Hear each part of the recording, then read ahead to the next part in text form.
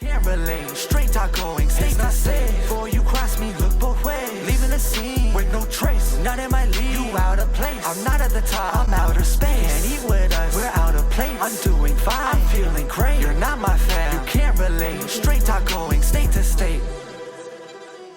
What's going on, ladies and gentlemen? Your host is back. As always, every week I'm back. I'm never really going anywhere. I don't know why I say I'm back. I got to get rid of that. I got to say the host has returned for another amazing conversation. And That's it's another.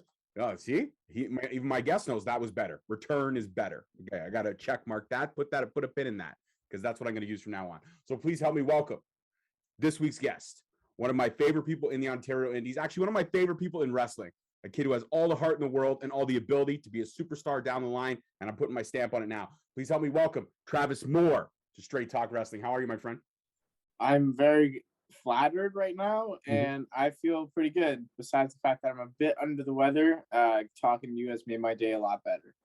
Well, thank you very much. We pride ourselves on that, but we also pride ourselves on guys like you, people like you, fans like you, or not fans, talent like you giving us the time. Because that makes a huge difference. I mean, I'm a fan too, so. Of course, you are a fan, but you're also, like I said, man, you're one of the talents that I have my eye on for a long time. And, it wasn't that schedules never synced up. It was just like, okay, Travis Moore's on the list for this month. And then something sidetracked me. And then another something sidetracked me. So it was like, when I saw you at Destiny in January, I was like, that's it. Boom. It's got to happen. In July, I saw you. I'm like, that's it. It's got to happen. We're going to get him on. And we set it up, and here we are. And wouldn't you know, you're my second interview in November. You're going to be dropping right after my conversation with Tyler Arrow, which was an awesome conversation. And actually, he mentions you in our conversation. Of course he did. He did. He mentioned your awesome, I guess it was hardcore match that you guys had. I believe it was at No Ring North, if I got that right. Yeah, we had a really good. I would say it was pretty good. That was my last No Ring North match, and I love Arrow. Arrow's one of my best friends, and so the opportunity to work him anytime is like an honor, and just getting that chance to wrestle him was, again, because we got to wrestle before in like a no disqualification match at HPW during the pandemic, like when it was like heavy, and we had fun with that. But that No Ring North match was like I would say it was like a redemption kind of match for our last no DQ match because I wasn't as happy with it. Oh, so you feel like you feel like then down the line we could see another one. We could see one more, maybe a redemption match of your own because you were unhappy with the last one. I wasn't happy with the last one. I was unhappy with the last one, the first one. So the first one, I thought it was okay, but like I was like, I can always do better kind of thing, right? And then the next one, I was like, all right, let's do this again. And then they added another guy into the match, a guy named Chris Logan. And we did that match, and I was like, man, it would have been awesome just to wrestle Arrow kind of thing, right? And then I'm hoping, because I do get to wrestle him again for Courage Pro Wrestling in a tag team match, right, for the tag team championships on November 14th.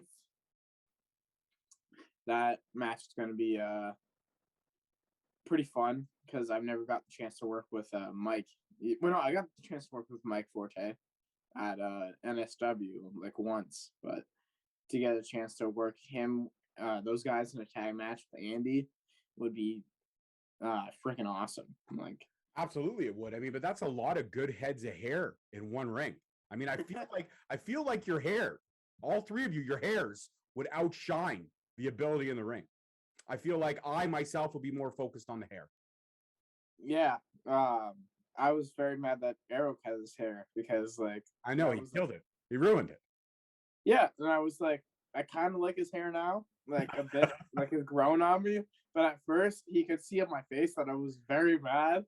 Like, dude, what the hell are you doing? Like, we were like tying our hairs together and like holding hands. Oh, now it's gone. Oh, he ruined it. Well, there you go. Tyler Arrow, you got to grow it back because Travis Moore's pissed off at you. Forte's not happy with you. A lot of the fans in Ontario are not happy with you. You got to get your hair back, Tyler. You got to do it, man. You got to get it back.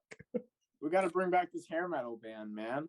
Okay. So let's segue for a second. If you guys did have a hair metal band from like the 80s, hardcore hair metal 80s band, what would be the name of your band? And who would be the lead singer? Who would be on guitar and who would be on drums? I feel like Forte would be the lead singer, and I feel like you would kill it on drums. And I figure we'd have to put Arrow on guitar. Yeah, I agree. Okay. For bass, I would say put Wade Allen on there. Oh yeah, fuck yeah, that's amazing. Okay, now so we've got the core band, we've got the band.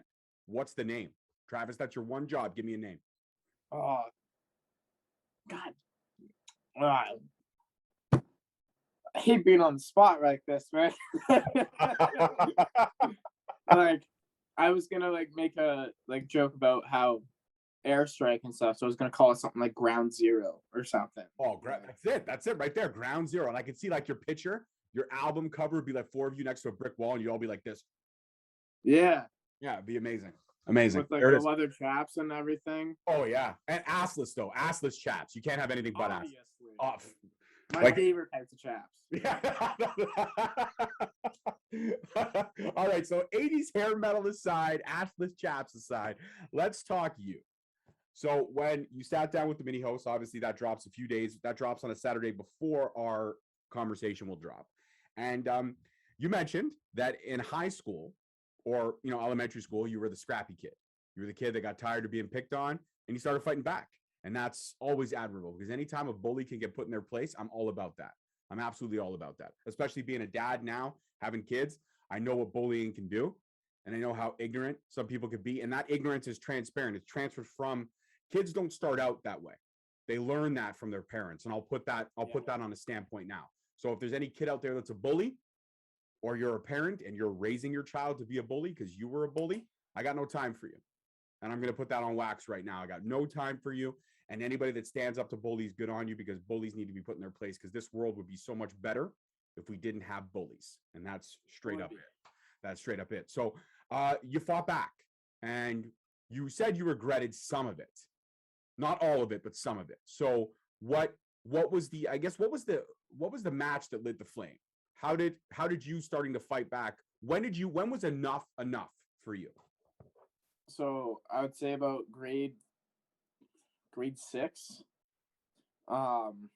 See, when I was like a kid, I would say I was a goody goody kind of thing. My parents thought they thought I was going to be a priest.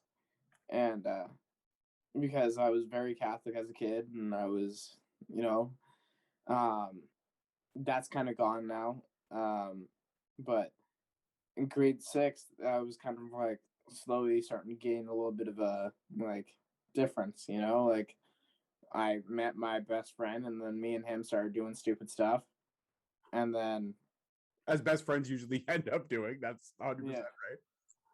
And then like this kid was bullying me since grade 5 and people told me, hey, like ignore him. Like it was his first year in grade 5 and immediately starts picking on me.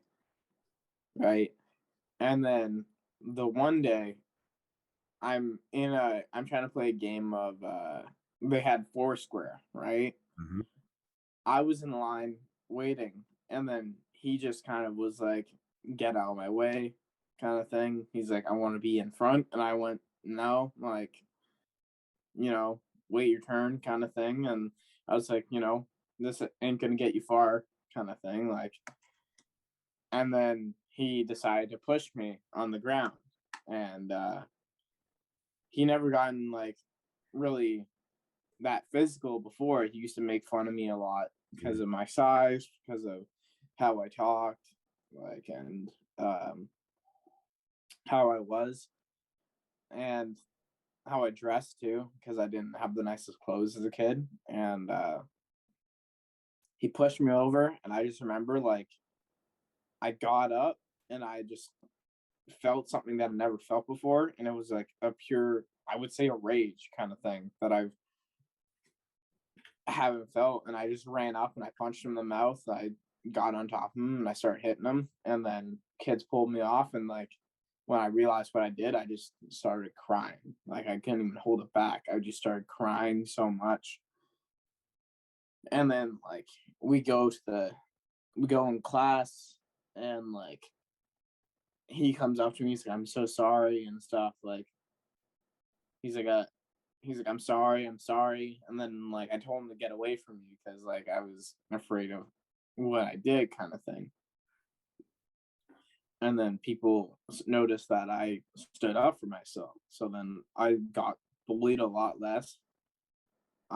People would still try and mess around with me, and I just ended up being like, hey man, like if you want to take it outside we can, like.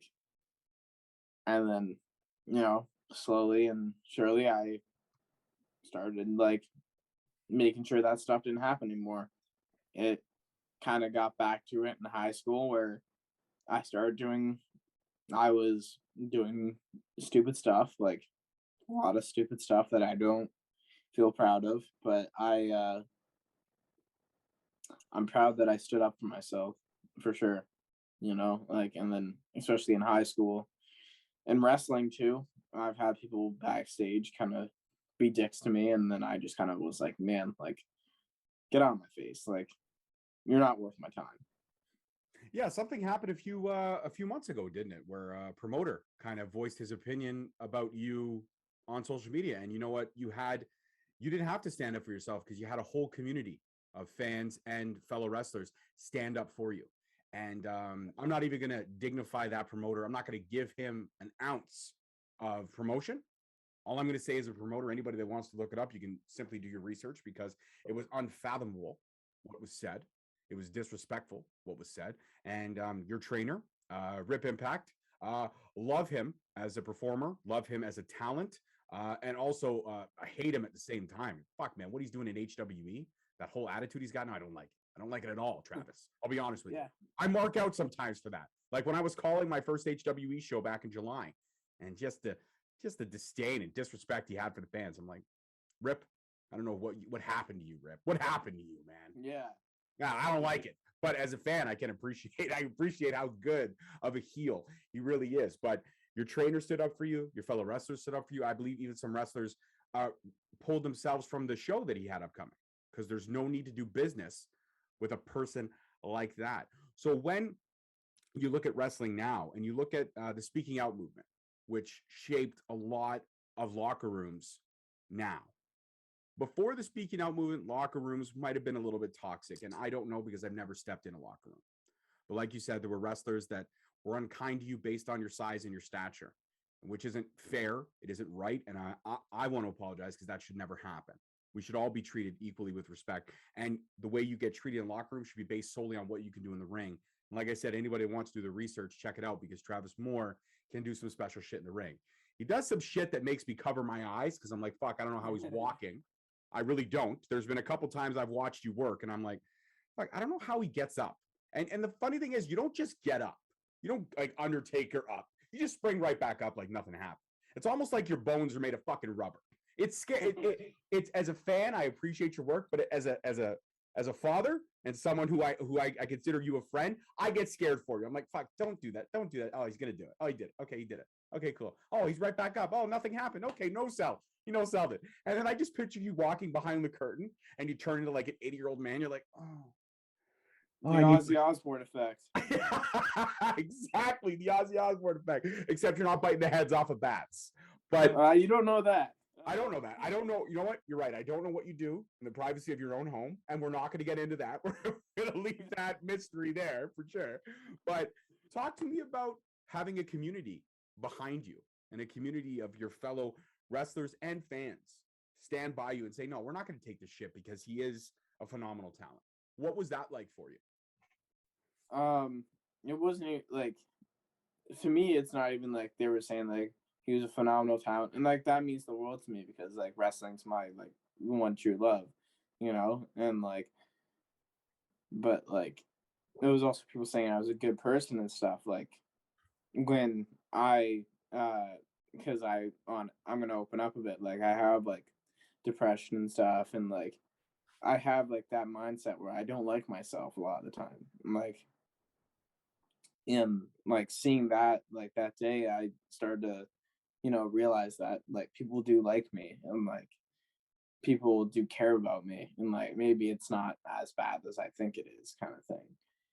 And It's funny because like at the time I was just starting work at Battle Arts, and I got there, and then like AC and Ronch, like they talked to me and they're like, "Are you okay?" kind of thing. They're like, "Is like everything fine? Do we need to help you out with anything?" I was like, "No, I honestly like I got so angry about it, but at seeing all the support I had, I kind of was like, you know what, this guy's not worth my time now. You know, like I don't need to deal with this guy. Like I worked for this guy when I started out. I did the Blackball podcast when he was on the episode, and I kind of like let him yell at me because I was like, that's how he's gonna do his thing. I'm gonna make him bury himself, you know, like, and it just kind of, I don't know, like I feel like now I'm kind of like babbling, but I I realized that I'm loved, and like it meant the world to me. Like, yeah, fuck man, like I might tear up, like shit. No, Well, I didn't mean to make you tear up, but I do want to say this. that's good. I do want to say this, man, is that you are loved. You are appreciated. Anybody that steps in that squared circle has my undying respect, because I've never had the guts or the balls to step in that squared circle. I talk about it. I can book a mean match if I want to, a couple of dream matches, which you'll find out later because I've got a couple of Travis Moore dream matches for sure in my head. So, and I always love the reactions I get from one of my guests when I say, "What about this?" And they're like, "Oh, I didn't think about it. That's good. I didn't think about it." Of course, it's good because I got amazingness up here. Okay, I'm not cocky, Travis. I'm confident. Okay, I'm I'm confident. no fucking Vince Russo here. I'm no, yeah, exactly. I'm better than you when it comes to booking, and I know it. But you are loved and appreciated, man, and everyone is. And for anybody that has ever done that, they don't deserve our time, and that's why we're not even going to mention their name. And anybody that wants to do the research, they can, because it's all out there. But the fact is that you are loved, you are appreciated, and like you said, man, thank you for being honest and opening up, because depression is a real thing. We all go through it. I've gone through it. Not near as bad as what, but I have weight issues. I still battle weight issues to this day. But what keeps me going is I was blessed enough to find the love of my life very early on in my life at 18, and she blessed me with two beautiful children. One of them is the reason why my hairline is slowly fading backwards, but I love her to death. She's now almost a budding teenager. Fuck, she's 12, Travis, 12.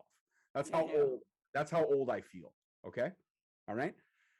So if you feel old only being in your 20s and you hear that I have a 12-year-old daughter, imagine how I feel pushing 40. And don't tell me how young you are, because I already know the answer, and we're going to move on past that. Okay. I don't want to hear, I don't want to hear age from you right now, Travis. I'm pushing 40, and it's a scary time for me. So we're going to not talk about age anymore, because now I'm going to start to tear up. Okay. I respect that. But the fact is that depression and mental health is a serious issue. We've been battling it more so now in this pandemic than we have ever before as a society.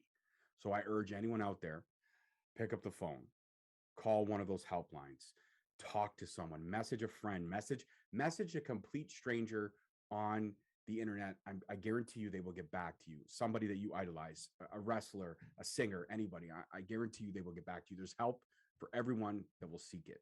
So please, if you are going through those tough times, seek out the help. Fuck, message me. I'll talk to you. Message Travis. He'll stay up all night with you. I guarantee you. I would actually. Exactly. So anybody that needs the help and doesn't know where to begin, hit anybody up that you can. And I guarantee you they will, because we're all going through the same stuff. We all battle depression in different ways. Man, I look at the podcast. I struggling for 5 years. And yes, I've built a brand. I've built a reputation. But I look at some other podcasts that aren't doing like the in-depth conversational type stuff, and they've got like thousands of hits and thousands of subscribers. I look at these YouTubers that my 5-year-old watches, people driving their car over shit and breaking it, and it's got like 1 billion views. And I'm sitting there, I'm going, what the hell do I got to do? And it's just the world we live in. People are interested in certain things. People find stuff intriguing. I don't know. My daughter watches those, those little spinny toys? They put them underneath the car, and the tire just drives over them and smashes them. And people are fascinated by it. Like my daughter, my 5-year-old is obsessed with this hour-long video. It's got like literally 4 billion views. That's crazy. Right? And it's just a tire going over like dollar store toys. And people are fascinated by this. And here I am struggling to get almost 400 subscribers. But then I have my wife who reminds me, what did you get into this for? I got into this to have great conversations with amazing talents. And that's what keeps me going. I'll look at a video. Now I don't do the conversations or the guests for anybody else but myself. If I can learn something about my guests and I can call them a friend, that's the most important thing. And if I can tell them they're officially a member of the Straight Talk family, that's an important thing. And you already are a member of the Straight Talk family, but we'll make it official. You are now officially a member of the Straight Talk family. Okay, there you go. Yes. Bucket list checked off, baby. Yeah, baby. All right, so talk to me about hardcore wrestling, because I had a really interesting conversation with Arrow, and he talked a lot about the fact that he's gained fans and lost fans based on the fact that he's gravitated more towards hardcore. But also people forget what he can do in a ring in a traditional match. So like yourself, a wrestler who's kind of tightrope walked between the different genres of wrestling. You've done the hardcore stuff. You've done the traditional stuff. You've done the tag team stuff. You've done the old school, the new school. You've done a little bit of everything. Do you think that it's warranted for some fans not to appreciate hardcore wrestling for what it is? I mean, love it or hate it, that's your opinion and everyone is entitled to it. But for somebody who's done both the traditional style of wrestling and the hardcore stuff, the shock and awe stuff, where do you land on the fence of that debate? Do you believe that if you're a hardcore wrestler, you're less of a wrestler? No, it's just like I'm one of those people that like I see hardcore wrestlers and I'm like, all right, like now like people are gonna want like and like not to me, like I don't think you gotta prove nothing to me because I'll respect you either way kind of thing, you know? But you're gonna have to prove a lot of things to different people and like people are gonna think you can't wrestle, but like probably can. Like when I hear people talk about Tyler Hill and like they're just like, oh yeah, he's just a hardcore guy. No, I've seen this guy have good matches. Like he has good, solid matches, and I've watched them. You know, like Matt Cash. I got to work with Matt Cash and like Shawnee Moe and stuff, right? Rest his soul. But like those guys can work a bit, you know, like I was in a tag team with those guys for a bit, right? I was a part of the White Trash Circus, and like I saw those guys, they're able to go in a ring and you know have solid matches. You don't gotta like I think people do hate on it too much, but at the same time, like it's people's opinions, and if we let people just voice their hate, we're not gonna get anywhere. Mm-hmm. You know, like we're just gonna stay the same place always. We're gonna and like you know, in wrestling we're fucking sharks. You know, we just keep moving forward. You know, like I mean that's what my dad says about Adair's, or you know, like we're sharks. We move forward. We don't stay still because we're gonna die, kind of thing. I like that. So, yeah. I like that. That's a very cool metaphor. So going back to the speaking out movement for a second and all the cleaning up of the locker rooms, do you think since that movement happened, do you think that locker rooms, at least in Ontario, are better now than they were before? Or do you think we still, as a culture, do we still, fans and wrestlers alike, do we still have some growing up and cleaning up to do? Every person has cleaning up to do personally, but some people aren't complete fucking scumbags. You know what I mean? Like, I'm sorry for swearing.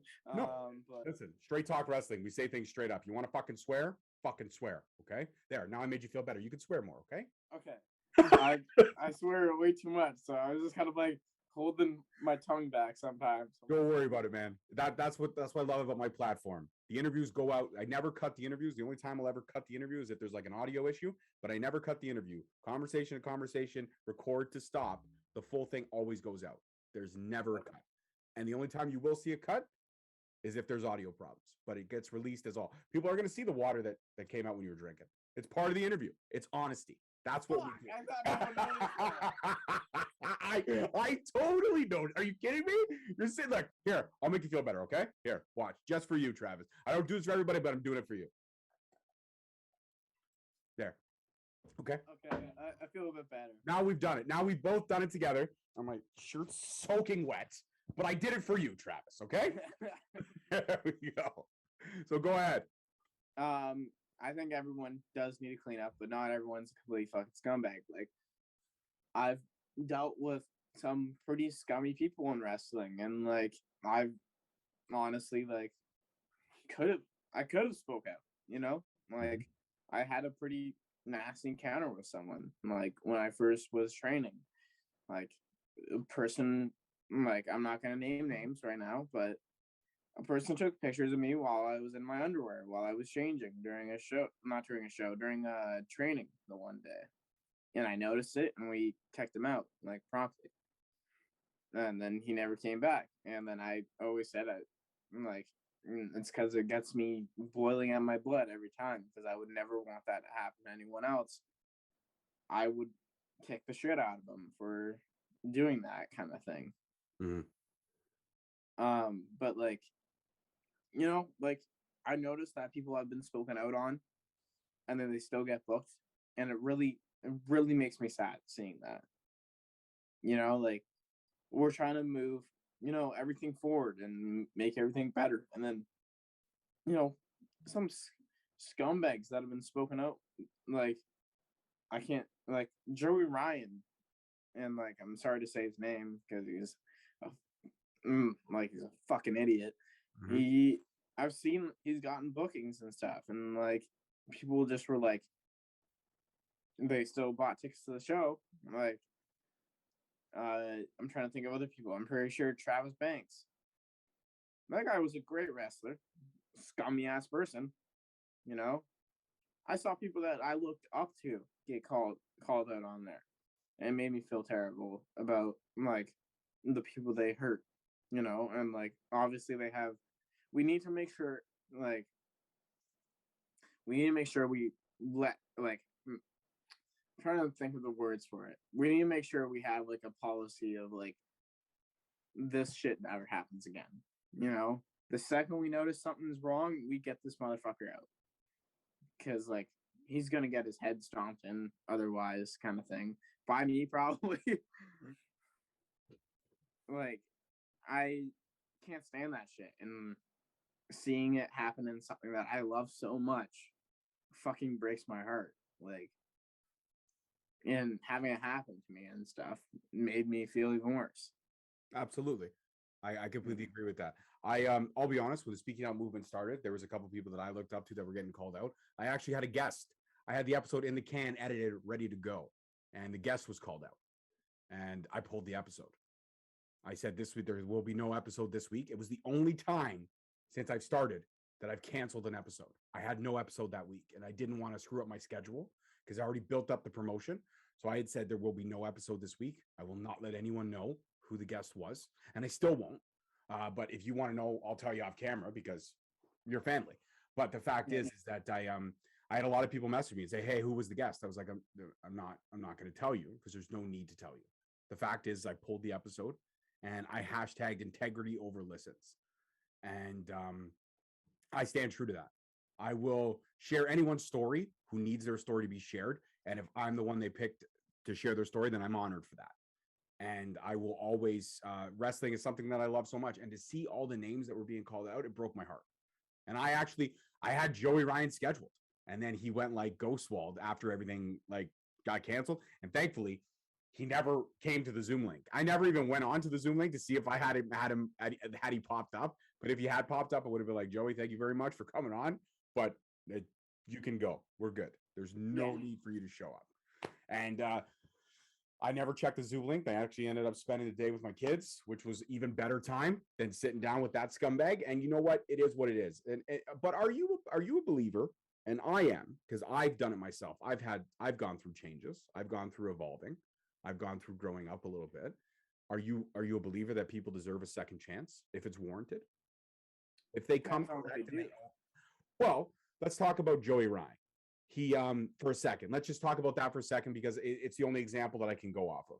When all this shit happened, he owned up to it, but he owned up to it making excuses. Yeah, I might have done that, or I'm not sure it went down that way. I think it went down this way. But had he owned up to it and said, listen, I'm a fucking perv and a horrible person, I'm going to step away, and I'm going to hope one day wrestling would have embrace me back. If he had just owned it and actually, tried to right the wrongs for all the horrible things he had done to male and female talents. Do you think it's warranted if you were to get a second chance? Honestly, like with stuff he did, that sort of stuff especially, I couldn't forgive him. I wouldn't be able to trust him. And like I'm a big person on of course I'm a big person against like sexual abuse and domestic abuse and all that stuff. And like seeing what he did, just like I was like, this guy's gotta go. Like he really fucked the dog on this one, and probably literally and figuratively. But like I couldn't forgive him for that. Like if it was something, where like he mouthed off a bit kind of thing and that was it, maybe you could forgive him, like especially if like he didn't say like, oh, like my mom's a whore or something, like I'd be like, all right, like you can say what you want, man, like, but I was forgiven. But if he did what he did, and I can't forgive him for that. There's a lot of people I looked up to. I looked up to Jack Gallagher. I loved his in-ring style, but the fact that he did what he did, I don't look up to that guy anymore. I will watch old British wrestling, thank you very much. I'll watch Johnny Saint. I don't need to watch Jack Gallagher now. I can watch Johnny Saint or Les Kellett. I'll watch any of the old school guys rather than that guy. It's you can get second chances if you own up to. You can get second chances if you own up to it, only if it's stuff that has not harmed someone severely.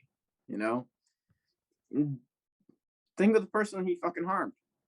Like they're not gonna forgive that. They're not gonna forget that. So why should we? You're absolutely right. You're a wise young fellow beyond your years. I mean, again, I'm not going to go into the age because that's going to send me into a spiral of depression. But you are a very wise and mature young man, and it shows. It shows in your in-ring ability, and it shows in things. So let's talk about this. You're working at Battle Arts. You now have a shot, or when this airs, you would have had a shot at the light heavyweight championship. How much would it mean to represent Battle Arts as the light heavyweight champion? Obviously, we can't spoil it because the match hasn't happened yet. But if you were to come away victorious and have that piece of gold, how would it feel for you, full circle, as in being working there, working with Dave, working with AC, and then going out and fighting for Battle Arts gold and actually bringing Battle Arts gold to the Hamilton Wrestling roster? Because you are not a Battle Arts roster, you are a Hamilton Wrestling wrestler. So how would it feel to take that gold away from a current Battle Arts roster member? So it's funny because I was thinking about that. I was like, how much that would bother the Battle Arts people? They'd be like, this fucking kid, he comes from Hamilton and then he steals our belt, like, and like, win or lose it, I'm probably just going to steal the belt either way. I'm going to just bring it to Hamilton, represent Hamilton with it, and then defend it only in Hamilton. Oh, so that would be the stipulation. Yes, I am the Battle Arts light heavyweight champion, but I will never defend it in the Don Koloff. I will only defend it outside of the Don Koloff. Wow. That is, Travis, that's ballsy, man. That's straight up fucking ballsy. I'm going to tell you. I appreciate it and I respect it, but you would definitely make a lot of enemies in the Battle Arts roster for sure if that happened. It's another fight, so that's what I want, That's it. That's fine. So talk to me about Backyard Pro. I am a huge fan of this product. It is a great product. I have dubbed, and I don't give a shit what anybody says because this is my nickname for him. I have dubbed Von Vertigo the Quentin Tarantino of the Ontario Indies. I find that's my nickname for him. And I've said this a few times. So if you ever hear anybody else say it but me, you have to say, whoa, man, slow your fucking roll, okay? Straight Talk came up with that shit. It's not your fucking name. Straight Talk's fucking name. So just back off. Yeah. Back off. I'll fight you for George, all right? That's right. And I'll be standing behind you, safe and secure in my car, and be like, that's right. Yeah. Travis will take care of you. I don't have to worry about that. Travis gonna fuck you up. Travis gonna right? fuck you up, man. All right, like Pulp Fiction style. Rain down furious anger and vengeance those who oppose my brother. Oh, fuck. Samuel L. Jackson, God love you. So, but Backyard Pro on again, the Tarantino of the Ontario Indies. What a visionary! Season 3 was amazing. You know, seeing you on that scooter, seeing you and Mark Wheeler and everybody going to town, it was a blast. It was an absolute blast. What were your thoughts on being part of Backyard Pro for season 3? So I'll start with season 2 actually, where Oh my god, I totally forgot you were in season 2. My apologies. My bad. My bad. I'm sorry. I was in a match against Barry Wire. Or originally it was not supposed to be me to be Scooter McGavin. It was supposed to be someone else. I'm not gonna say who, but the person was not interested, right? And so I was like, I'm taking this. Like, this is mine now, right? Because Vertigo messaged me. He's like, hey man, you wanna do this? And I go, yeah, I watched the first season. I absolutely loved it. I want to be part of the second season kind of thing, right? He goes, give me a name to do with scooters kind of thing. I went Scooter McGavin. And he went, done. And like, I'm an Adam Sandler fan, so I immediately went like Shooter McGavin kind of thing, right? That was a fun filming there. And every time we filmed in Burlington. Because I guess I was in the middle, right? Because I live in Burlington right now. And it was weird because like we're filming in places that I've like, mentally remember for certain things, right?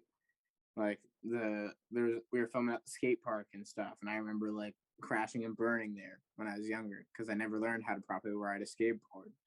I love that little tidbit. Yeah, I remember totally falling on my face, but that's because I didn't ride it properly. I didn't ride it. Yeah, like I never properly learned, and people tried to teach me. I was like, "Fuck off!" Like I learned this myself, kind of thing. And then third season came around, and they suggested for the big brother Dean, right? They had like this one name that this one person they were gonna originally have for him, and it would have been great, but then he couldn't do it because of prior commitments. And so I was like, get Corey Stone. Like, me and Corey Stone just got off a feud at HPW, and like it would be cool to like get to work with him as like a tag team kind of thing. And so we started filming Backyard Pro around the same location too. And then we found out that we're going to be facing Stratos and Mark Wheeler, or what were they called? The Supermarket Mafia.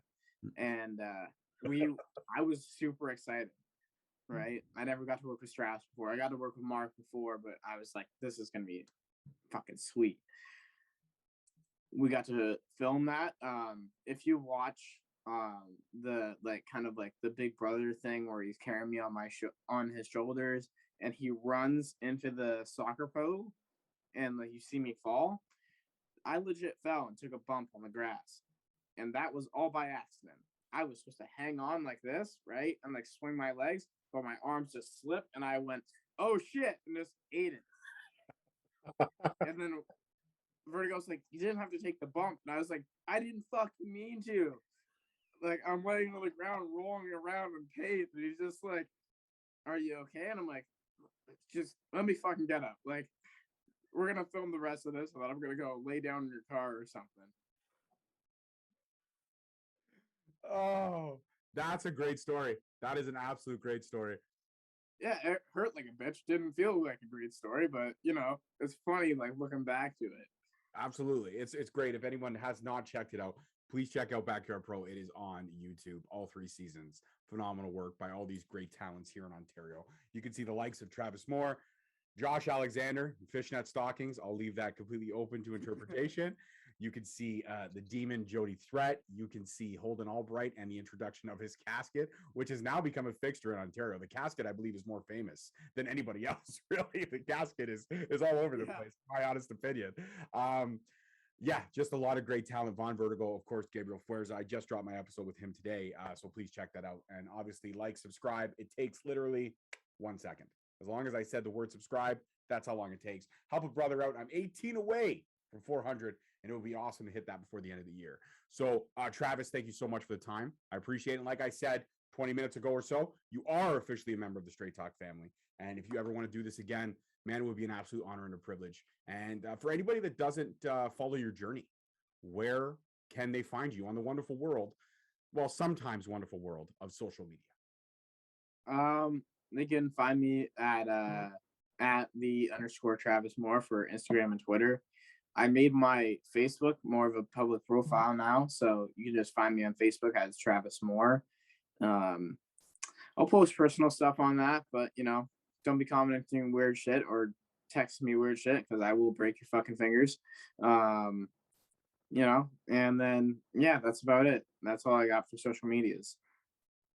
It's perfect. And of course, because I'm a glutton for self-promotion, why not @_Straight Talk on Twitter, Straight Talk Wrestling on Instagram and Facebook, and of course, Straight Talk Wrestling on YouTube. And if video is not your thing and you're just an audio person, that's cool because we are on all audio podcast platforms, Straight Talk Wrestling.